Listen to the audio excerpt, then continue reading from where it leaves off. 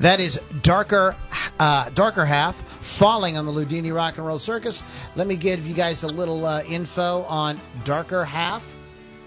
You can go to darkerhalf.com. Very simple, right? How about that? Easy peasy. Easy peasy, lemon squeezy. That's what we like. What was that? That's what we like. We like it easy. Just like Sunday morning in New Orleans.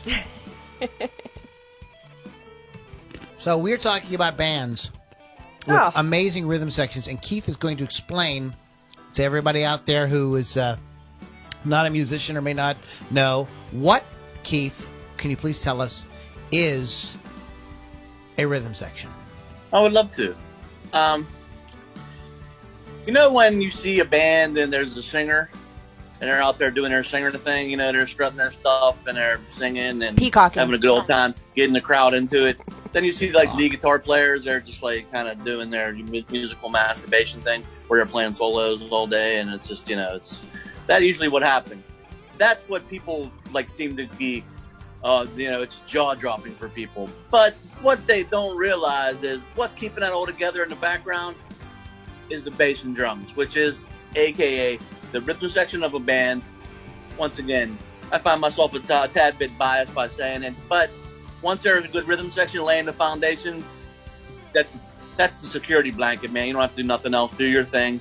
Go out there and do your solos, do your crazy vocals, and you can always turn around and know that there's your safety net because they're laying it down, the foundation, the groove for you all, and that's how we're going to proceed tonight with the best 80s rhythm sections. Okay, and so we're going to kind of be all over the 80s with this as well. It's not going to just be the 80s glam music. Because there aren't any. Actually, I don't agree with that. I have a couple, but not many. But, yeah, I don't completely agree with that there aren't any. But this is sort of like all 80s stuff.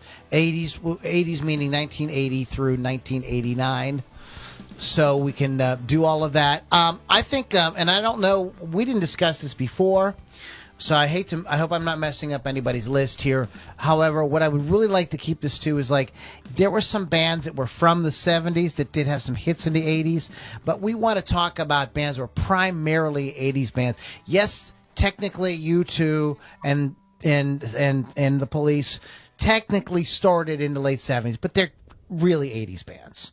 Can we agree on that? Stuff like that? Okay. You know what I mean? So let's try to keep it to that as much as possible. Okay? So with that said, let's get started. Keith, thank you for that amazing explanation out there. Very easy to understand. So we're going to start with Lily. We're going to start with me. Who's on your list first, Lily? On my list first will be Living Colour, who I do play on my show. No, not those guys. Not those guys. So a little cult of personality. But Muzz Skilling's bass, William Calhoun on drums. 84, so I think it counts as our 80s band. They became so popular that they opened for the Rolling Stones on the Steel Wheel Tour. They also won a Grammy for the album Vivid. I can't think of what I wanted to say. Calhoun was a graduate of Berklee College of Music. He received the Buddy Rich Jazz Masters Award. He's also an amazing drummer. He's so versatile that he was one of the first drummers to blend funk with hard rock and thrash metal. Which, I don't... Okay, I'm going to be honest. A lot of times I don't hear the bass in a song, or I don't pay attention to the bass in a song, so I'm probably going to talk a lot about the drums, because I don't know why that happens. But anyway, more recently, he's started incorporating ethnic percussion and sampling into his playing. Ethnic. That's what I said. You said ethic. I said ethnic. You know I talk fast. Ethical percussion. You know I talk fast. As opposed to unethical percussion, which we wouldn't. Here we don't have any part of anything unethical here at the Loudini. Yeah, right? no, not at all. Never. That's what I got. There it is. Keith, why don't you give us some, because I know that you like this band. I know you have something to say about them. So why don't you talk a little bit about I know they definitely went through some bass players in that band. I couldn't even tell you them all. That's definitely their original bass player. I think he was in the band a couple times. Yeah. Will Calhoun is a great drummer. I think that I've only seen the band once live, and like I said, again, Vernon Reed's an interesting style of guitar playing, and Corey Glover's great vocals are kind of the showstoppers for the band. But no matter who's playing bass, and Will Calhoun's been in that drum seat since day one. So I don't really think you can go wrong with that. And I think that longevity is a big thing for bands. And once you get that same duo that just doing their thing for years and years, they definitely can. The band can just be so much tighter live, and it can be a real pleasant experience, to listen to. Because once you have people that are just, not gelling together, you could have some problems. But like I said, I've only seen them once live at Rosebud, and it was a very good show, and they sounded good. And that was a long time ago. That'd be probably early '90s, man. Something. Yeah. Okay. So you think I was on the Vivid tour? The first tour, maybe. Nah, probably not. If it was what year did Vivid come out? It was early. Oh, you say you saw them in the '90s. So yeah, that was their first. It might have been the second or third album. I mean, it's one of them things where they had Vivid. I think another album there was Time's Up. I think was the one after that. Yeah. Don't quote me on that. It might have been on that tour or the one after that. So I definitely didn't see him on the first record tour. What does a drummer do when he or she goes to a show, because the band that they want to see has an amazing drummer? Do you like drum nerd out? Or you're like, do you air drum? Do you air drum? Do you look at the kit? I do not, actually. I find myself not air drumming. I find myself just like I'm just soaking it in. I mean, even at a Rush concert, I've not seen everybody in the in the world who's probably not even a drummer or wannabe drummer or actual drummers, just air drum the hell out of the drum breaking Tom Sawyer, or all the different fills that Neil plays. And it's just one of them things where I think I just kind of try to get as close as I can, depending on who it is. If it's someone I'm really into, I try to hopefully it's a small venue. If not, if it's an arena, it is what it is. You're not going to get any much closer than where you're at. I don't like to battle the crowd. I don't need to go and mosh with people to try to get up to the front. I mean, so I've seen a lot of great shows in small venues, seen a lot of great drummers play in small venues, and that's my thing. But like I said, to answer your question, I kind of just go and take it all in, man. And just one rule though, if I have, which is doesn't work out for everybody, when there's when the tune's going on, and I'm trying to check out the band, don't be talking to me. We'll talk after the show, man. I paid big money for this ticket. We can rap afterwards. Okay. Plus, it's too freaking loud, I can't be. I don't even hear what you're saying after that. I want to give a shout out to Bill Damiano, Beth Pertinel, and Chris Thunderwolf Dodson. They're all hanging out with us, and we do appreciate that. So yeah, Will Calhoun and whoever the flavor of the month was, Muskillings, That's who I chose. from Living Color, amazing band, grooving metal with that sort of little funk. Yeah, a little bit of that influence in there. So who's on your list, Keith? What do you got? Well, this band was doing it way before the 80s, and they continued to be successful through the 80s, and they're still, in some form or fashion, they've continued to do it, with breaks even up till today. I'm going to go with Mick Fleetwood and John McVie. Really? I mean, they laid down a very, very solid foundation. I mean, they started it as a blues band in the 60s with Peter Green, and they just went all through the 70s, releasing one of the greatest rock albums of all time, Rumors, and chucked right through the 80s, still having radio hit after hit, and still just a solid rhythm section to this day that I think doesn't get enough credit. I'm trying to give the underdog a little love here. John McVie goes all the way back to John Mayall's Blues Breakers. Oh yeah, man. I don't mess around. This guy's definitely a seasoned pros. That's how he met Peter Green in the first place. I don't know. I guess that they're a great rhythm section.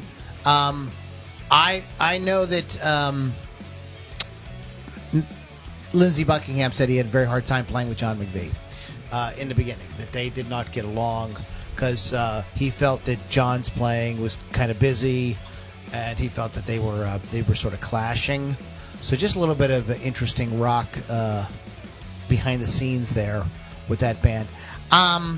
It's not a rhythm section I think too much about. I like those guys individually, but I've never really thought about them as some kind of like, I guess because the music, I don't know why. I'm gonna stop there because before I dig myself into a hole. I want you to go pull up the song "You Make Loving Fun" and tell me that shit ain't grooving, man. I'm not saying it's not. I didn't say that. I'm just saying that I just never thought too much about them as a rhythm section. I guess they have to be great. They've been together so long. So I think they're very underrated. I didn't say they, like I said, it wouldn't be my number one on my list, but it's just two names that, when I was thinking about this, two names that just were seasoned pros that came up and popped in my head actually pretty quickly.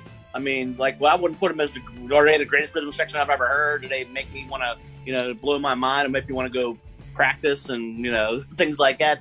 No, I mean, it's just, they're simplistic in their way of playing, but it's also, they're creative and actually they do things that I'm not saying it's super like rhythmically intricate, but they're interesting things they do. It's just the way they play together is very spot on. Well, here's what makes a rhythm section great, and let's kind of like get a little bit deeper into that, because it isn't just the fact that each one of those players is a great player.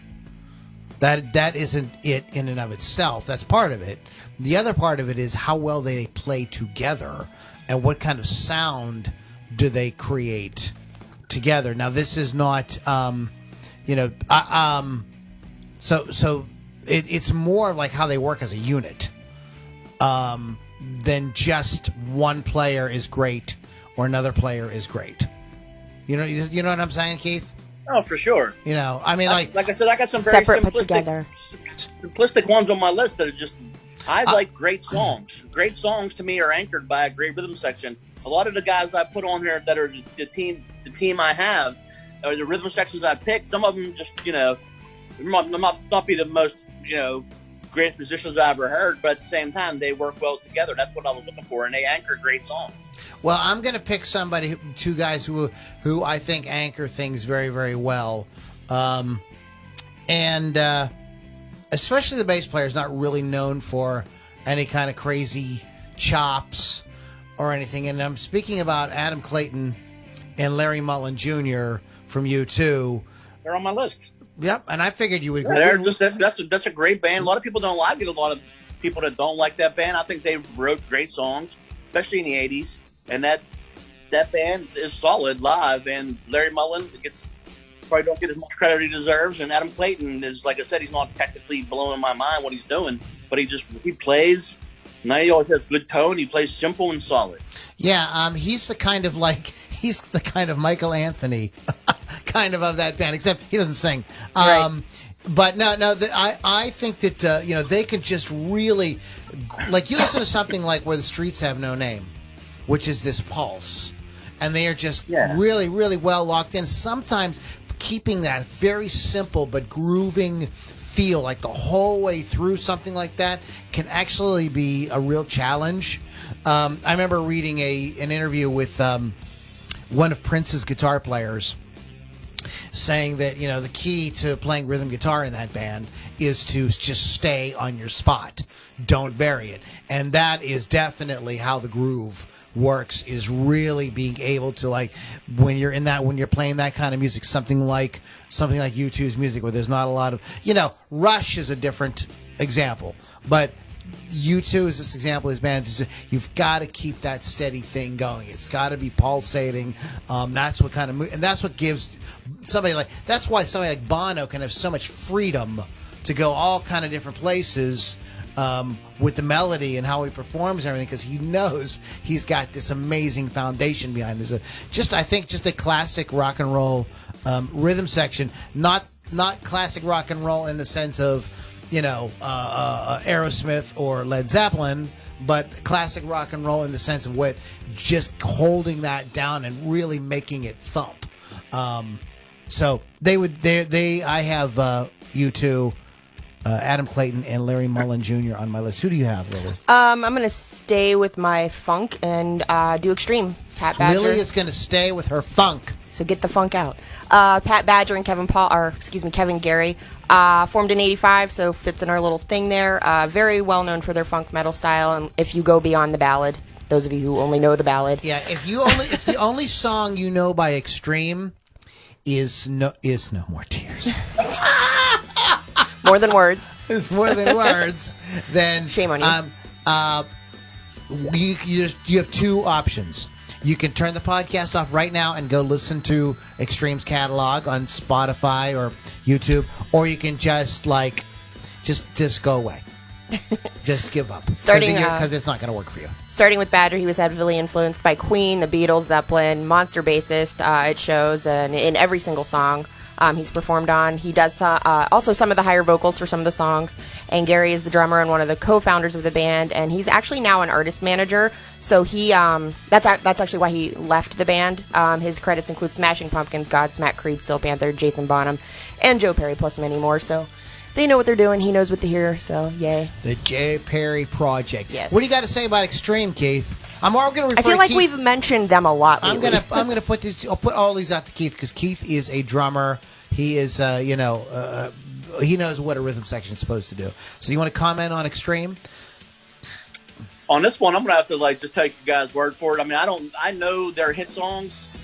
I know I'll they're have to throw you off talented. the podcast now. I haven't dug enough into it to know that it's really how they're deep cuts, man. You two, I could go all day with the songs that I use as examples, but I mean, there's songs that I've heard by them where it sounds solid. I've always, like I said, it has to be if they got the long, they had longevity to playing together. It'll gel. It's like the glue that keeps things together. Where you got the guys like Nuno Betancourt and Gary Cherone out front, and they're doing their thing, and that's probably what gets noticed more for sure. And as in most bands, but at the same time, it's I'll just go with what you're saying because I don't have enough. If I could make a comment, I would tell everybody just listen to the album Porno Graffiti. The reason why you should listen to that album is because it has the two songs that you know. Plus all there isn't. It's all killer, no filler. They're all. There's even a jazz tune on it. The jazz tune on there is like the weakest song on the album, but everything else from He-Man, Woman Hater, Get the Funk Out, When I'm President, all these songs are just monster grooves, like insane. They groove as hard, definitely as hard as Living Color. Absolutely. They're grooving just as hard, and it's sick. It's just absolutely sick. So if you're going I don't know where to start with Extreme, I would tell you to get Porno Graffiti and just listen to that, and you will absolutely and also the songs are all insanely fun. There's nothing it's all very upbeat. Yeah, and there's nothing challenging, you know what I mean? It's not like trying to listen to it's not like Frank Zappa or something like that. If you're it's not progressive, it's just 4-minute, 3-minute rock and roll songs that are so grooving and so just, it's like hip swinging music, right? Yeah. Lily? Oh yeah, for it sure. makes you want to swing your hips. It's that kind of music. So definitely Extreme. We're going to come back and we're going to talk about some more 80s rhythm sections. Keith Hawkins. We have a missing guest tonight. Mrs. Beckett has not shown up, so maybe we'll get them on in a future podcast. But we're going to play another song. We're going to come back on the Loudini Rock and Roll Circus.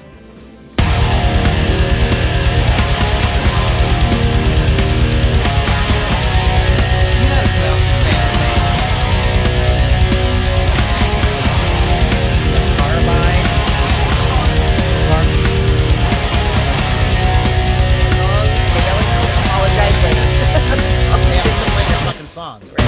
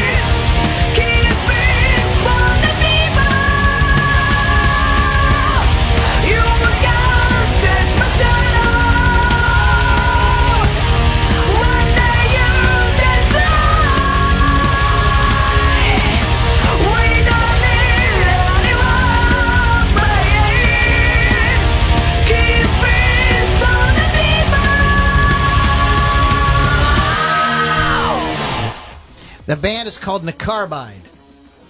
And you can check Nicarbide out at linktree.nicarbide. No, that's wrong. That is not their website. Hold on. It's linktree /Nicarbide.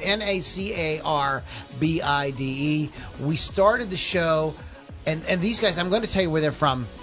I will look that up. But they are not from the U.S. or England. And the band that opened the show, Darker Half, which I thought really sounded great, these guys are from Sydney. And the band we're going to close with is a band from Spain.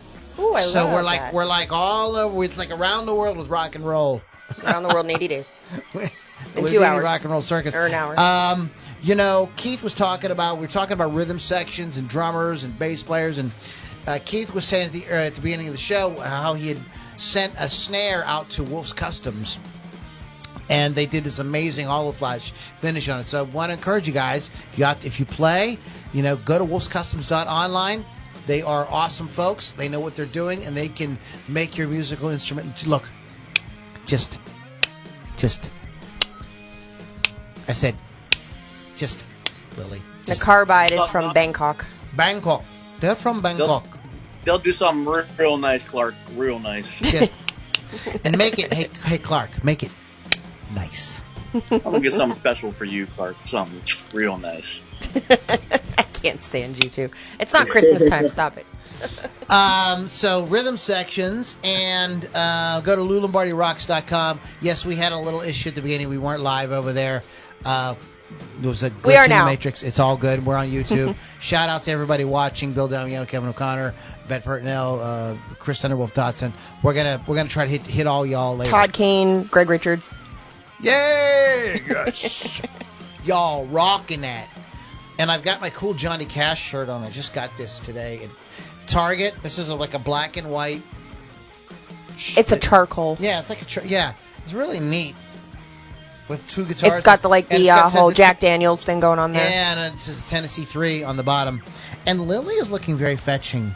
I have a dress. I've dressed today and boots. Great boots, and she's looking freaking awesome. I was sweating. Let's be honest. That's why I wore the dress. But you wore boots. I wore the boots. Well, because they look cute. See, beauty is pain. It's pain is beauty. You have to suffer for beauty. You do. What are you wearing, Keith? Chanel.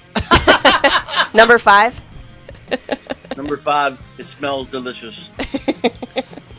Lucky Samantha. He just smeared the burrito underneath each armpit before he goes on, and he's ready to go. I got a Fruit of the Loom T-shirt on, man. I'm going high class tonight. Wow, Fruit of the Loom. Fancy. Not Walmart store brand. Wow, good for you.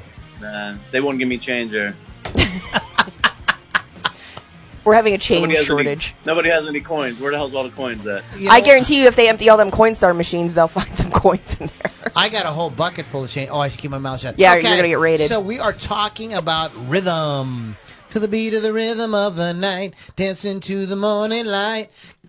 Who's next? I forget who we have. Keith's turn. Keith's turn. Talk about some rhythm sections from Bangkok. From Bangkok? No, I don't know those ones. But I'm going to talk about 2 of my favorite musicians ever from one of my favorite bands ever. This is Sting and Stuart Copeland from The Police. You might have heard of them before. Never heard of them. I heard of them. Had massive success in the 80s and then shut it down. I mean, their biggest album after that Synchronicity came out, they couldn't take each other no more. But until that, through the late 70s and early 80s, they crushed, man. And they were, to me, one of the best bands. I wish they would have went on, but, things happen. But this band, not only did they, once again, I like to fly that great song flag, but they also took rhythms that maybe everybody didn't really hear before and then brought it to mainstream pop. I'm talking about kind of halftime reggae rhythms, some different some dance hall rhythms, some fusing it with punk. I mean, so it's a lot of different vibe for these guys. You listen to the bass lines and they're the kick drums in a weird spot a lot of times. Not to get too technical, but there's this rhythm section was creative because they were very, very versatile musicians and great players that just gelled together. As people, they didn't gel, but as musicians, they did. at least for a while. You know, it worked pretty well. And through the 80s, they were a hit-making machine. And I wish it would have, like I said again, I wish it would have lasted longer. But and Sting, after Sting's playing all that great bass line stuff, the dude's singing too. So I mean, got to give props on that. And Stuart Copeland's probably arguably the most influential rock drummer, you know, with John Bonham. I mean, Stuart Copeland he's done things that just make you go, well, that's pretty hip. I want to learn that kind of thing, you know. So, yeah, these guys, this is like next level stuff. I mean, but you know, what they were doing was kind of ahead of their time. In a way, because they were bringing in like world beat stuff, what I would call world beat. You know, they had interest in lots of different. You know, they had started out because of punk and reggae kind of were like a scene together in the late '70s in England. So they had they already had that influence, but there's tons of different sounds from all around the world rhythmically that are happening with that rhythm section that are insanely cool. One of the reasons why Neil Peart was very impressed with, actually the whole band Rush was very impressed with the Police and wanted to be the Police for a couple of albums in the 80s. But just insane stuff.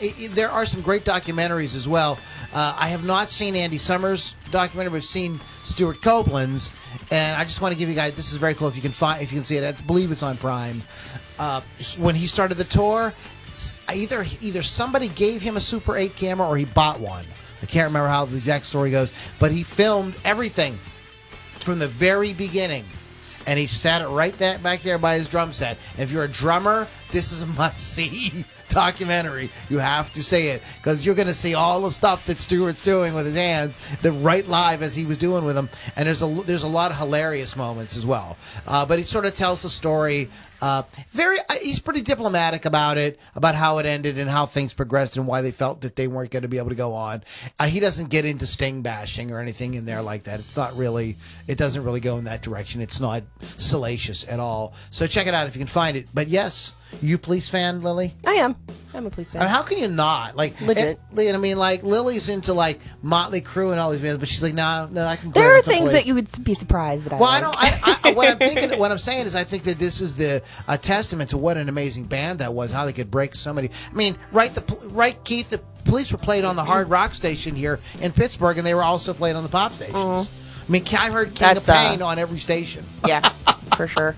Yeah, like I said, there's few bands in the 80s that were hanging with them when it came to, you know, making the hits, man. I mean, you know, you could go into the extreme pop world of Michael Jackson, things like that, but it's they were a band as far as a band, yeah. Yeah, as a band, they were right there with the tops, man. I mean, they put out hit after hit, and unfortunately, like I said, cut down, and what I think it's in its prime, but you know, couldn't go on for whatever reason. Somebody would have died probably. That's why. What do you got next, Lily? I'm going to probably be made fun of for this, and I don't really care, but it's Winger, with obviously Wigger and Morgenstein. I'm going to get poo-pooed because they're not that hard of a band, but I'm sure they're really crying about who, like, hates them because they're just still making money to this day. Bands would actually go and see them play because they couldn't figure out how Winger was playing. Apparently it was magical or something. I have no idea. Formed in 87. Winger studied classical music since he was 16 years old, specifically Stravinsky, which is actually one of my favorite classical musicians. And he's very talented musically anyway. He's worked with Alice Cooper. He's worked with the Kicks. He wrote his own horror musical about Jack the Ripper.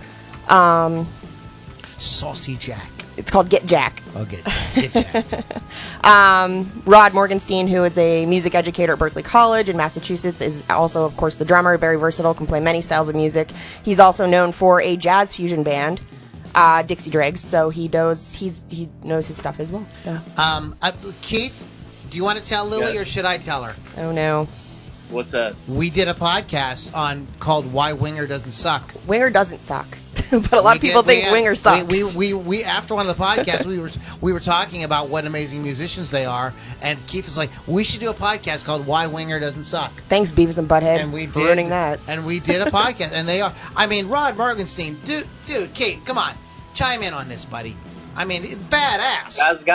Guy's a monster, man. What are you gonna do? He plays in the Dixie Dregs and comes around, makes a big old pot of cash with Winger, I'm sure, and I mean, I've seen him play jazz, and he's a good player, man. He could definitely play. Usually has like a nice, real big drum set, lefty, natural left-handed player. Has some really cool fills and so he made. You could take the easy route on a lot of those songs, play the 2 and 4, and just slam it down. But he makes it creative. He makes it cool, and play some tasty things on those songs. I read an interview with Reb Beach when they were hot, saying that their first gig was in Nashville, and it's some big, like in front of some massive crowd. It was the first time they'd ever played a show together. And he said, but we had Rod Morgenstein on drums, so like we knew we were going to be okay. I mean, it was a relief. Yeah, he's a because he's a monster. And Kip is no slouch either. He wouldn't be doing all the stuff he's doing. My boy. I mean, they could groove, man. I mean, the songs, go back and listen to them. I mean, it's some tight stuff. You may like, you may not like, but you got to give the devil his due sometimes, right, Keith? Right on. Don't worry, we're not going to talk about Peter Criss and Gene Simmons. Just don't get excited. I know. One of you guys picked them just to give my. No, I actually didn't. I had to justify all my picks with something background and I couldn't really justify that. Right? So. No, I mean, we, like I said, Keith and I actually did a podcast about this. Yeah. So you probably didn't know this before we knew you. So there you are. So you thought you were going to get. I don't care. I like Winger. You were like, oh, you're going to give me crap, or we didn't know crap was given. I stunk. Oh my gosh, I stuck with some funk in my list here. I stunk with some funk. I mean, whatever. I did. I stunk with some funk. In my whole list here. In my hole. I stunk with some funk in my hole. And there it is. And boom goes the dynamite. Yes, I haven't heard boom goes the dynamite in a long time. So what do you got, Hawkman? Hawkmeister? Again, I'm gonna pick one that is gonna blow your mind. It's ready to have mind blown. Right through your face. Like I said, here it comes. Because to me, this band during the 80s was doing it. And they were blazing the path for metal music. And this guy played great with this guy. I don't think he's played great since then. But I'm going with the songs. They made masterful songs in the 80s. I'm going to go with Lars Ulrich and Cliff Burton. Whoa! It's because, like I said, I'm not a big Lars Ulrich fan. Cliff probably helped him along the way. Those guys loved Cliff. They looked up to him as a mentor. And I think that during the 80s, Metallica was the shit. And they made great albums, and they continue to make great albums even after Cliff. But the bass, and they'll admit it, the bass was non-existent in those recordings, man. A lot of those Jason Newsted recordings, and Justice for All it's up until the Black Album, and they put that on. There's some bass you can hear there, but in Justice, I think they turned it off at one point. But with Cliff Burton at the helm, playing bass, and Lars, his drums, they made a lot more sense to me. He actually knew how to play with the bass, and it sounded good when those two played. I mean, to this day, you can still put in Puppets or anything, any of those great classic thrash metal songs, and they're still amazing. And they are the kings of metal. They are the best metal band of all time. They are. If you don't play those songs that they played without a kick-ass rhythm section. I mean, there's no way it will fall flat on its freaking ass. That shit is ferocious, man. Yeah. Ferocious. That's a good pick, Keith. Let me ask you this question because I loved your perspective on this. We had a discussion one time, and you mentioned offhand a couple of times on the podcast that Lars is the only drummer that gets worse all the time. Do you think that's because of he's not working with Cliff? You think it was like him and Cliff kind of like working together that really made that made him like what he was? I think Cliff probably helped him. Like I said, I think that those guys, especially James Hetfield, has said many times, and Kirk Hammett too. I don't know how much he was probably a little older than them, I think, or he was a mentor to them. He definitely took those guys and kind of helped them hone the songs because they were just jamming. I mean, he made them the songs sound the way they did because he knew how to arrange, how to make things, change things to make it just all the songs make sense more. I mean, to them. I never really listened to Jason Newsted enough. Like I said, I think he got the short end of the stick in that band. I think Robert Trujillo, the guy they have now, is probably too good to be in that band. But I mean, I've heard him play, and he can play, and he's definitely funky. He's played with Suicidal Tendencies and Infectious Grooves, and Ozzy, and I mean the list goes on and on. But the guy's probably technically better than everybody else in that band combined. But it's I think Lars has taken his playing over the years has gone further down the tube, and that's unfortunate because at one point, and I would admit there was a time that I thought he was a great rock and roll metal drummer, and it was during the Cliff era. In the 80s, I was with Cliff.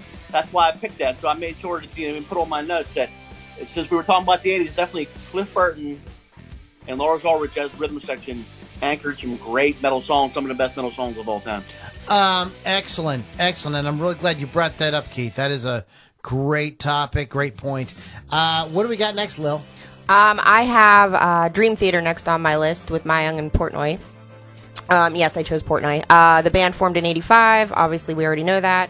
All the guys were at Berkeley College look in at Boston. Keith's face. I'm sorry. I know you don't like Keith Portnoy. is making a terrible face right now. I already know. Continue. I know you don't like Portnoy. I'm sorry. It's fine. I'm not saying nothing. Lou's causing trouble. Mae Young, the bassist and one of the founding members, started by playing the violin, or as one of the founding members, he started playing the violin when he was a child, progressed to the bass at 15. He uses harmonics frequently, accompanied by a chorus effect. Examples of that would be Lifting Shadows off a Dream. His main influences are Geezer Butler, Steve Harris, and Geddy Lee, of course. He's known for his rigorous practice style, apparently 6 hours a day, and is the only known musician that warms down after a show, so he even does that after he's done playing a whole show. It's insanity, but whatever. Mike Portnoy grew up around music. His father was a radio DJ. That helped him gain appreciation for music. He claims to be self-taught, but he did take theory in high school, and is known for his technical skill as a drummer, and he's won over 30 awards doing so, and he was one of the main songwriters as well, and inducted into the Modern Drummer Hall of Fame at age 37. The generosity of people just never seems to amaze me, man. You know what I mean? They just give awards out to anybody. I know Keith is not a big Portnoy fan. He doesn't really like I did know that. Mike's work in Dream Theater. Do you want to sort of maybe kind of give a... No, you don't even want to go there. Okay. I mean, I respect those guys. I mean, they can play. Like, I know they're Berkeley guys. I don't know what Portnoy's doing. I've heard Portnoy play in other bands besides Dream Theater. When he plays straight ahead cover tunes, he sounds fine doing that. Well, we talked about Winery. We talked about Winery Dogs. You said you dug that. Yeah, when that stuff like that, it's a little bit more straightforward. I mean, it's. I know he just. There's certain drummers that, and I'm not saying that I'm putting myself in their league. I'm just simply saying that there's certain drummers I don't like. I mean, that's just, what am I going to do? I can't sit there and say he's great, but I don't like him. It sounds like he's taken his drum set and threw him down the freaking steps. Oh. Maybe he did. But that's what it sounds like rhythmically to me, to him trying to do that progressive thing that he tries to do, and it just drives me crazy. All right. But there you go. I want to bring up a band I want both you guys to talk about. Okay. I want to talk about Michael Anthony and Alex Van Halen. Never heard of them. Never heard. I'm not a fan. Who's that? No, they're great. I mean, I actually have them on my list. I mean, they're I want you guys to both chime in. I think they work very well together. Lily's a huge Van Halen fan as well. So all three of us are. We could do a podcast on why we love Van Halen. But Keith, what are your sort of like thoughts on how those guys work together? I think Michael Anthony basically doesn't get enough credit. He's solid, man. I mean, there's a lot of just that.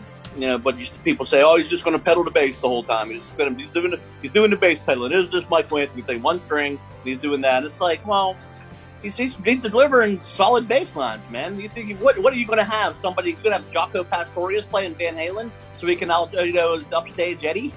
No one's going to upstage the King. And Alex Van Halen, on the other hand, is one of the first drummers I heard that I understood what he was playing and wanted to play along to it. You know what I mean? I wanted to put on the Van Halen records in my bedroom and try to play along to them. I think that, Michael Anthony is that vocal, the backing vocals he does are phenomenal. It's probably untouchable. He made that sound of that band with those vocals.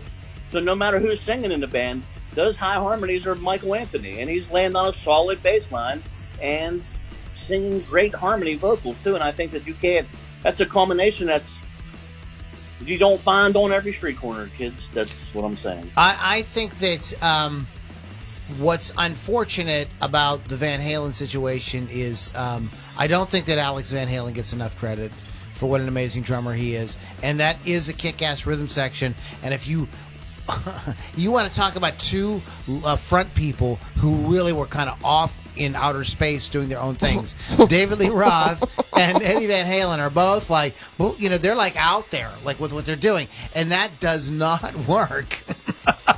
That will not work without a totally solid, on-the-spot, tight together rhythm section. And I want to talk about this, like, he's pedaling one note or playing one note. There are studio guys that have taught that. I was actually listening to Tim Pierce talk earlier today. He's a studio guy. He's played with Adele, like many famous people in the 80s. And he's like, when you are doing that chugging on the low string, that it isn't just chugging on the low string. You've got to find a way to make that groove, and if you work that the right way, you create this awesome feel with the bass and the drums. So this idea that you're just boom, boom, boom, boom, boom, doing that, you're doing boom, boom, boom, boom, boom, but you're playing it in such a way that it moves people. There are micro things going on, guys, Keith's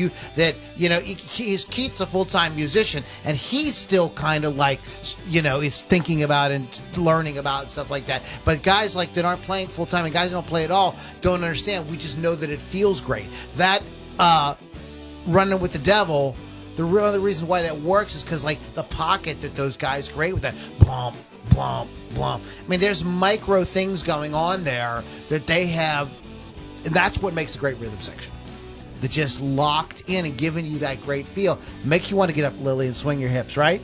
Like I do more than that. Yeah. I mean, so what are your thoughts, Lil? Well, first of all, I think Michael Anthony's very underrated as a bass player. I saw him play with Sammy Hagar's Circle Band, and I thought he was fantastic rhythm in that. I mean, right there, Sammy wouldn't be hiring him. Right. Yeah, exactly. The V in my middle name's Van, so I love Van Halen. I think they work really well together. I'm very sad that they're not all together now anymore, but it is what it is. But I don't know. I'm not all technical on the music wise, but to hear them play, it's sort of magical for me. So I think you're exactly it. That's the magic. Yeah. Joe Satrioni's not going to look over to his left or right and be like, this dude sucks, I don't want to play with him. Or he's going to be like, that's a pocket, he's laying on a solid thing. Joe Satrioni's not going to play with some freaking hack. Right. Legit. End of story. We are out of time, guys. Oh, can you believe that? Boom goes the dynamite. An hour I have went 75 by. more, hold on. Yeah, how many? 75. Here's what I'll do, because I knew Keith's chomping at the bit. Keith, give us one more, brother, before we wrap up for today. Well, this is one of my faves too, and they started in the 70s, and maybe went a little, police on your ass in the 80s and try to be, but you're not going to say the R word, are you? I'm going to go with Neil and Geddy, man. What am I going to do? Your boys. Twist my arm. One of the best rhythm sections of all time. Neil, is one of the greatest rock drummers of all time. I love the guy. He's just a legend. And Geddy Lee's doing pretty much everything, but, taking people's orders in the audience for what they want to drink. I don't know. He's playing shit with his feet. He's got pedals. He's playing keys. He's playing bass. He's singing. I mean, this guy's doing it all. And those two as a rhythm section, though, I mean, talk about locking it down, man. Speaking of lockdowns, this is a good lockdown right there. They're doing their thing, and they're doing it all up until the unfortunate demise of Neil. So I mean, this is legendary stuff, man. What can I say? I think it's beyond legendary. I think that Rush is in a class all by themselves. Yeah, they sound like Rush. I mean, even beyond what they sound like, just what they were able to do, it's in a class all by itself. It's beyond really what any of the other people we talked about on the list today. It's Rush. I mean, there's nothing else I can say about it. It's freaking Rush. That's that. Lily. Here it's fun to watch. That's all I have to say. Lily, what do you have? Why don't you tell folks you have a show coming up and you interviewed somebody? Actually, really yes. So Thursday's show, Hot Licks with Lily 6 this week. I interviewed Artemis Pyle. It was a 40-minute interview. Sounds fantastic. I'm going to air the whole thing uncut. I don't want to give away anything on it, so just tune in on Thursday at 6 p.m. Eastern Time. I want to get people excited about it. So let's just say it is a little salacious, maybe.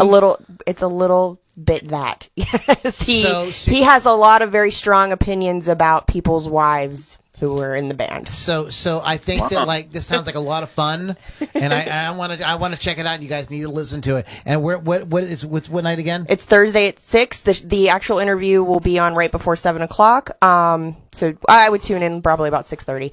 And why don't we tune in at 6 when you start? Or do that. I'm just saying if people are too busy because it is 6:00 on a Thursday on a work day. So try to tune in at 6. Work. But it is a full. What the hell is that? Well, some people actually do. I had no idea. But I have the full 40 minutes on there. So go to rockrageradio.com to listen to it. I definitely want to check it out. Cool. And if you don't know who Artemis Pyle is, Leonard Skinner. And what did he do in Leonard Skinner? He was the drummer. He was speaking of rhythm sections. I wanted So you to there say it is. you were leaving that part out. Okay, that's why I wanted to ask you about because it ties in today's show. Very nice guy. Very nice guy. We don't like nice guys. I'm kidding. But so check that out, Rock Rage Radio. And you can find out more if you like what we're doing and you want more and you want to continue listening to sharing great music. You have music you want to share, maybe bands you think folks would like. Go to LouLombardiRocks.com. It's an awesome community of folks hanging out, just sharing music, talking about music. It's very cool. And you get some freebies and some exclusives, and there's some cool music you can download, all kind of cool stuff like that. Okay, and Keith, any final words for tonight? Any advice for the audience? What would you like to say before we wrap up for today? I don't know. Go play an instrument. You got all kind of time now. It's never too old. Never too late. Pick up something and just start playing it. There's always room for one more or 10 more, whatever you want to do. I you want to agree. play the drums, play a flute, play a freaking guitar, play something. Well, there you have it, guys. From the expert himself. There you have it. Go out and play an instrument. I think you know what? I think it's good advice because if you love great music, try messing around with something, even if you never get great at it, because it'll give you a different kind of appreciation for what you've been loving and listening to all these years. Speaking of that, you've been listening to Loudini Rock and Roll Circus. Go to LouLombardiRocks.com for more information and all kind of cool free downloads and all kind of fun stuff. Keith and I have made some music together. I'm making some music with some other folks. So all that stuff you can find out all more about that there. Please go to rockrageradio.com. Rock Rage Radio has been a big supporter of the Loudini Rock and Roll Circus for the past few years, and we love you guys and thank you so much for carrying the show. One more time, wolvescustoms.online. Get that custom paint job on your instrument now.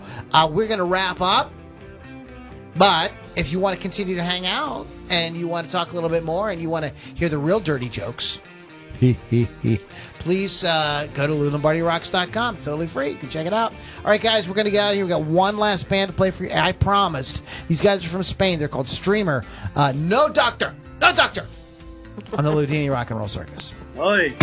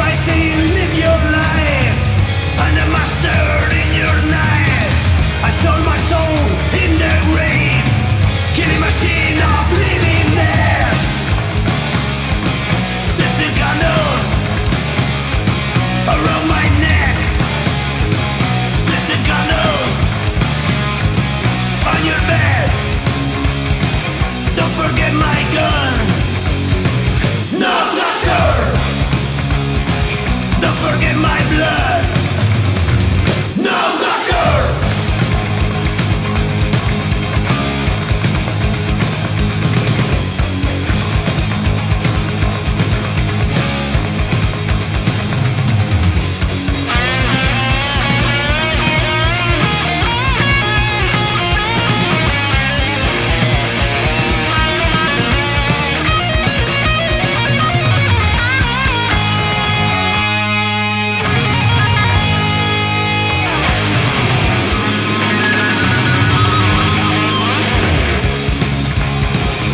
Forget my gun. No, doctor. Don't forget my blood. No, doctor.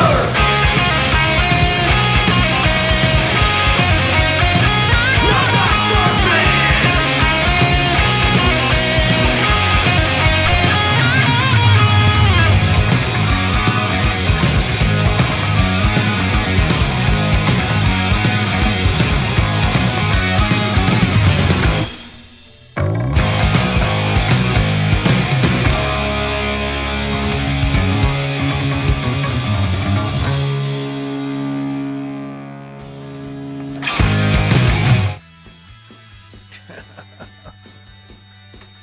Stop it. No doctor. No doctor for you. No soup for you. Well, that band that was supposed to come on the show, they finally showed up. So I'm going to let them into the call if they're still there. And we'll talk to them for All a couple right. minutes.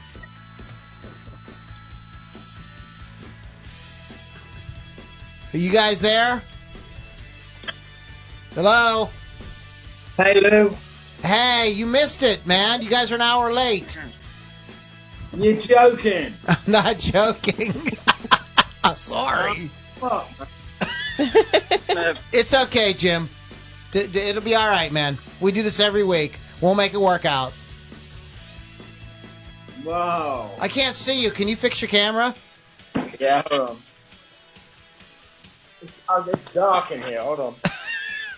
Cameras, you kind of need light. Where are you from? Where are you calling in from? Huzzah. We can see you. Kind of froze for a second there. We can see you.